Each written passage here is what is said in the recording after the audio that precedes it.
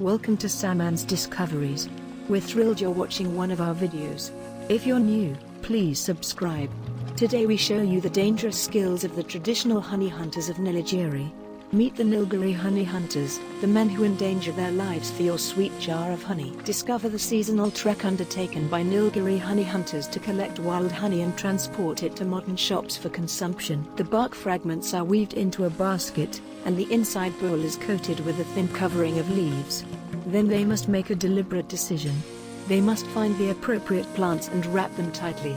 This bundle will be incinerated, providing them with only minimal safety and protection. Now it's time to go deeper into the jungle. The canopy deepens, the ferns grow taller, and weeds and vines twist, perhaps obscuring the way for the inexperienced explorer. They cross tinkling brooks and parched rivers in anticipation of the late summer monsoons. They traverse the streams, scale the cliffs, and forge through the underbrush, all while barefoot or wearing incredibly tough chappers and carrying the weight of forest-wielded tools. They look for supplies deep in the trees, which are now hidden from the hamlet and the edges of vast tea farms.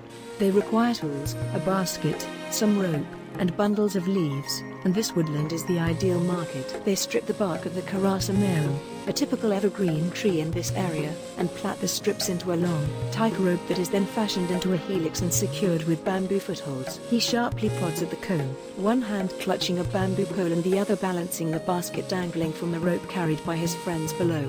The balanced basket is quickly filled with flowing honey and hive chunks, as well as the unfortunate bee larvae if he wanders too close to the brood portion of the cone. The smoking bundle of brush hangs from his waist and is used to slowly swing smoke across the hive, causing the honeybees to flee the nest. The stunned honeybees swarm out of the hive and into the open air, buzzing all over the honey hunter's body, which is only protected by his garments and the swinging smoke. However, honeybees rarely sting, only a few times here and there. They swarm, buzz, and move around. The sound of thousands of wing beats is unbearable, but he remains anchored to the rope. He collects honey and fills the basket. The people below lift it and pour the desired liquid into smaller jars brought from the village. The honey hunts last a few hours each night for the next few days. They congregate at night and relax till sunrise. Finally, the hunters fill all of the metal containers to capacity with the thick, fragrant honey.